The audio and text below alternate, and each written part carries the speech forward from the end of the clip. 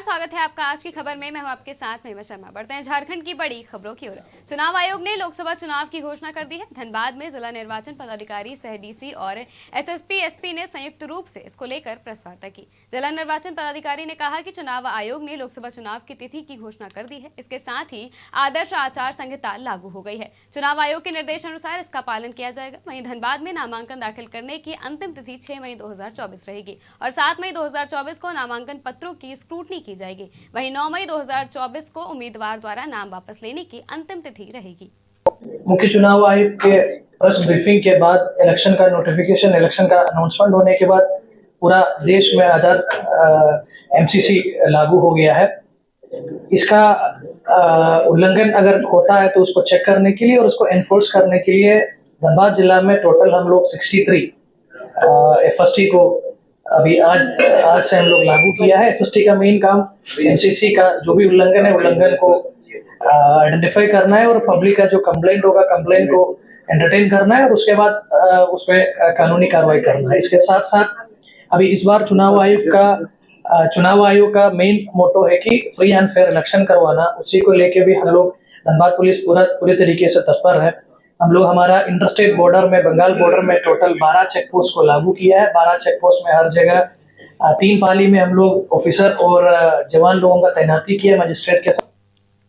एक तरफ सरकार विरहोरों के संरक्षण के लिए कई योजनाएं चला रही है, वहीं दूसरी तरफ चंद पैसों के लिए कुछ लोग इन विरहोरों को मूलभूत सुविधाओं से दूर कर रहे हैं। ताजा मामला गांवा प्रखंड कार्यालय से कुछ दूरी पर रह रहे विरहोर परिवारों का है। गांवा स्थित पियर कोली में विरहोरों को बसाने के लिए सरकार कई उपाय कर रही है। उनका राशन कार्ड बनाया गया है, वहीं उनके लिए पानी टंकी व चापाकल का निर्माण कराया गया है। विरहोर परिवार के सदस्य और स्थानीय ग्रामीणों ने कहा कि लगभग 8 महीने पहले गाँव के पीएचडी ठेकेदार दिलीप यादव ने चापाकल, टंकी में लगे सोलर, जेट पंप इत्यादि सब कुछ उखाड़ लिया। इधर दिलीप ने कहा कि विभाग के जेई के आदेश पर यह सब कुछ हुआ है। पानी की किल्लत होने पर विरहोर परिवार पानी की किल्लत से विवश होकर यहां से जाकर धनौता में जाकर रह रहे हैं। दिक्कत है पानी के। हम लोग जैसे आते हैं, हम लोग के खेती बाड़ी है तो पानी पीने के व्यवस्था नहीं है। घर है बाकी पानी नहीं है तो कैसे रहे हम लोग। वो लोग भी चल गया पानी के चलते, यार हम लोग के भी घर है तो पानी नहीं है, खेती है तो घर से पानी लाते हैं तो पानी पीने का जो है साधन इधर कहीं एरिया में नहीं है। और जितना पब्लिक है जो आता है, कम से कम डेली यहाँ 500 आदमी पानी पीता है। लेकिन इसको जो है कबाड़ के 2 गाड़ी आया और सब कबाड़ के काट के बोरिंग चाप। हजारीबाग के गीतांजलि ज्वेलर्स को अपराधियों ने अपना निशाना बनाया और भरी बाजार में पिस्तौल का भय दिखाकर असली जेवरात के चक्कर में आर्टिफिशियल जेवरात को ले गए।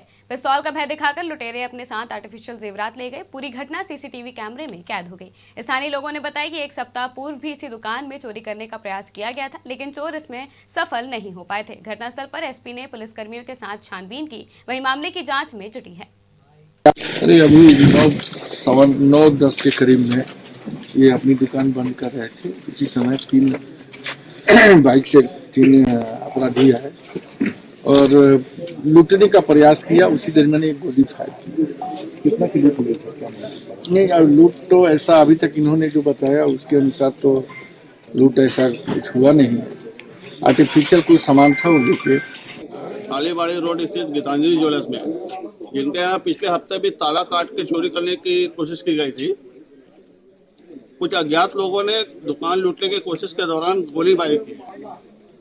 वो तो भगवान का शुक्र था कि दुकानदार बच गए। रात 9 बजे कोई बहुत ज्यादा देर भी नहीं होता या ज्यादा पहर भी नहीं है, पर इस घटना के लिए हम किसको जिम्मेदार दें बताइए आप।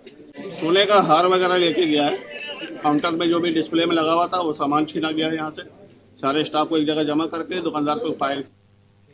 हजारीबाग के पेलावल थाना क्षेत्र के होटल कोहिनूर में सुबह छापेमारी हुई, जिसमें बीपीएससी टीआरई 3.0 की परीक्षा देने जा रहे परीक्षार्थियों को हिरासत में लिया गया था। पूरे दिन भर उनसे पूछताछ होती रही। वहीं आपको बता दें कि पूरे बिहार में आज बीपीएससी टीआरई 3.0 की परीक्षा होनी थी, जिसमें शामिल होने के लिए ये परीक्षार्थी जाने वाले थे। वहीं करीब 200 की संख्या में हजारीबाग के होटल कोहिनूर में परीक्षार्थियों को रुकवा कर पहले से क्वेश्चन पेपर देकर उसे सॉल्व कराया जा रहा था। साथ साथ आंसर्स को रटवाया भी जा रहा था, जिसकी गुप्त सूचना बिहार के ईओयू इकाई को मिली थी। इसके बाद बिहार पुलिस ने हजारीबाग पुलिस को संपर्क कर उनसे अतिरिक्त पुलिस बल की मांग की थी। छापेमारी के दौरान 5 मास्टरमाइंड को गिरफ्तार किया गया है।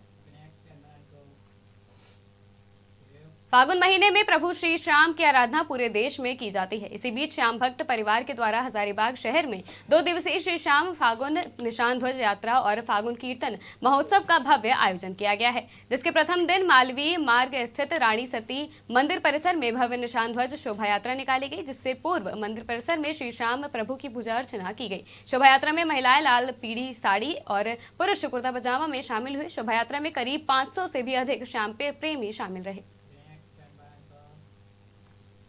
भाजपा नेता प्रदीप प्रसाद के पिता भागीरथ प्रसाद सेवानिवृत्त शिक्षक का इलाज के दौरान 15 मार्च को निधन हो गया था। वहीं आज दोपहर आनंदपुरी स्थित आवास पर अंतिम दर्शन के बाद मुक्तिधाम में उनका अंतिम संस्कार किया गया। भागीरथ प्रसाद सेवानिवृत्त शिक्षक के साथ साथ समाज सेवा में अग्रणी भूमिका निभाने वालों में माने जाते थे। जैसे ही लोगों को खबर लगी तो शोक संवेदनाओं को व्यक्त करने वालों का तांता लगा रहा। शव यात्रा में शहर के गणमान्य परिजन व शुभचिंतक असंख्य लोगों ने भाग लिया। मुखाग्नि बड़े बेटे प्रदीप प्रसाद ने दी। लोकसभा चुनाव की तारीखों का ऐलान हो गया है। चुनाव आयोग ने इसकी आधिकारिक घोषणा कर दी है और इसके अनुसार देश में 7 चरणों में चुनाव होंगे। वहीं झारखंड में चौथे चरण से मतदान शुरू होगा। चुनाव आयोग की नोटिफिकेशन के अनुसार झारखंड में 4 चरणों में चुनाव होंगे। पहला फेज 13 मई को सिंहभूम, खूंटी, पलामू, लोहरदगा में वोटिंग होगी। सेकेंड फेज 20 मई को चतरा, कोडरमा, हजारीबाग में मतदान होंगे। वहीं तीसरे फेज में 25 मई को गिरिडीह, रांची, धनबाद और जमशेदपुर और चौथा फेज 1 जून को राजमहल, गोड्डा और दुमका में वोट डाले जाएंगे। वहीं चतरा संसदीय क्षेत्र के लातेहार में भी लोकसभा चुनाव को लेकर लातेहार जिला प्रशासन सारी तैयारी कर ली है। लोकसभा चुनाव का इलेक्शन कमीशन ऑफ इंडिया द्वारा प्रेस रिलीज हो चुका है। उसमें चतरा पार्लियामेंट्री कॉन्स्टिट्यूंसी, जिसमें लातेहार भी आता है, उसका जो इलेक्शन है वो फेज 5 में होने वाला है। इसमें जो डेट ऑफ इश्यू है ऑफ नोटिफिकेशन वो 26 अप्रैल है। फाइलिंग ऑफ नॉमिनेशन के लिए 3 मई की डेट दी गई है last date. Scrutiny of nomination 4 मई को होगा। कैंडिडेट्स को जो विड्रॉ करने के लिए जो लास्ट डेट मिली है वो है 6 मई और जो डेट ऑफ पोल है, जब मतदान होगा, वो 20 मई को है। वोट्स पूरे भारत में 4 जून को काउंट होंगे और 6 जून तक इलेक्शन की सारी प्रक्रिया समाप्त कर दी जाएगी। लातेहार एक नक्सल प्रभावित क्षेत्र रहा है। हालांकि पिछले 2 साल में नक्सल गतिविधियों में काफी कमी आई है, बट फिर भी एक नक्सल का थ्रेड बना रहता है और चूंकि यहाँ की टोपोग्राफी भी ऐसी है जो थोड़ा टफ बना देता है मतदान कराना। बट फ्री और फेयर इलेक्शन हो, इसके लिए मैक्सिमम एरियाज में सीएपीएफ का डिप्लॉयमेंट किया जाएगा। साथ ही हम लोगों ने लगभग सारे बूथ पर डिप्लॉयमेंट का जो प्लान होता है वो हम लोगों ने रेडी कर लिया है और जो जिला बल के भी जवान हैं उनकी भी प्रतिनियुक्ति की जाएगी और ये सुनिश्चित किया जाएगा कि पूरी तरह से लोग। लोकसभा चुनाव की तिथियां की घोषणा के बाद तमाम जगह अब चुनाव को लेकर पूरी तरह से तैयारी दिख रही है। इसी क्रम में झारखंड मुक्ति मोर्चा के केंद्रीय महासचिव सुप्रियो भट्टाचार्य ने प्रेस कॉन्फ्रेंस कर कहा कि विश्व के सबसे बड़े लोकतंत्र के आम चुनाव की घोषणा आज हुई है। हम चुनाव आयोग के प्रति आभार जताते हैं। वहीं इलेक्टोरल बॉन्ड को लेकर उन्होंने कहा कि भारतीय जनता पार्टी के इलेक्टोरल बॉन्ड से मिले पैसे को चुनाव आयोग को जब्त कर लेना चाहिए और चुनाव आयोग को हर गतिविधि पर नजर रखनी चाहिए। संवैधानिक रूप से अवैध करार दिए गए जो धनराशि है, कहीं उसका उपयोग पुनः भाजपा तो नहीं करेगी, क्योंकि 19 के बाद से 24 तक भारतीय जनता पार्टी को जो इलेक्टोरल बॉन्ड से पैसा मिला वो तत्काल चुनाव आयोग। राजधानी रांची स्थित पुलिस मुख्यालय में पुलिस महानिदेशक की अध्यक्षता में बैठक आयोजित की गई। इस बैठक में विशेष तौर पर आगामी लोकसभा चुनाव 2024 की तैयारी की समीक्षा के विशेष बिंदुओं पर चर्चा की गई। साथ ही राज्य के सीमावर्ती क्षेत्रों पर अंतर्राज्यीय सभी चेक पोस्ट को सक्रिय करने और अवैध मादक पदार्थ, हथियार और शराब पर अंकुश लगाने के लिए दिशा निर्देशित भी किया गया। इसके अलावा एंटी नक्सल और सांप्रदायिक सौहार्द बनाए रखने के लिए आदेश जारी किए गए।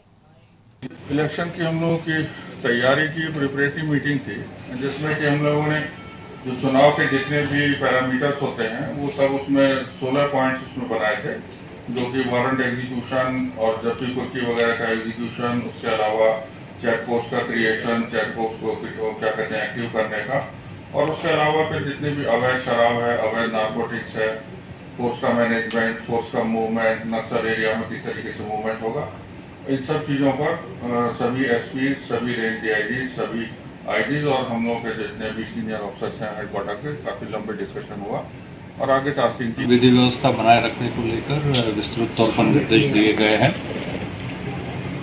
विशेषकर जो नक्सलवादी गतिविधि पर अंकुश लगाए रखने के लिए एंटी नक्सल ऑपरेशंस एवं साथ ही साथ सांप्रदायिक सौहार्द बनाए रखना और किसी भी प्रकार की कोई अगर घटना होती है तो उसे वरीय स्तर से भी तुरंत कॉग्निजेंस लेते हुए, संज्ञान लेते हुए उसमें कार्रवाई करने के लिए भी सबको संसूचित किया गया है। ऐसी घटनाओं के आलोक में और जब भी मॉडल कोड ऑफ कंडक्ट अस्तित्व में आएगा तो इन सभी घटनाओं की बारीकी से निगरानी करने के लिए भी। झारखंड के कई हिस्सों में बंगाल की खाड़ी में आए सर्कुलेशन का असर दिखने लगा है। इसकी वजह से शनिवार दोपहर बाद राजधानी सहित राज्य के कई हिस्सों में बारिश हुई है। तेज गति से हवाएं भी चली हैं।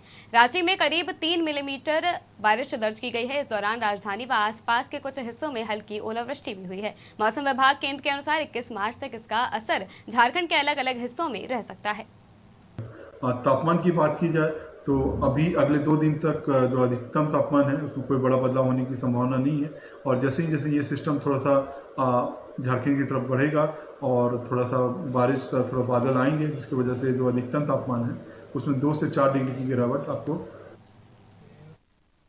अध्यक्ष बाबूलाल मरांडी और भाजपा सांसद संजय सेठ रांची पहुंचे। बेहतर झारखंड एक सार्थक संवाद के अंतर्गत आयोजित जनजातीय कला एवं संस्कृत क्षेत्र में काम कर रहे आत्मनिर्भर आदिवासी कला कर्मियों के सम्मान समारोह कार्यक्रम में वो शामिल हुए और झारखंड को बेहतर बनाने की दिशा में अपनी बातें रखी। बाबूलाल मरांडी ने कहा कि बेहतर झारखंड बनाने की दिशा में सबको पहल करनी होगी, तभी झारखंड बेहतर बन सकेगा। वहीं चतरा और जामताड़ा जेपीएससी के पेपर लीक के मामले पर उन्होंने कहा कि मैं बार बार कह रहा हूं कि जब तक करप्शन समाप्त नहीं होगा, भ्रष्टाचार समाप्त नहीं होगा।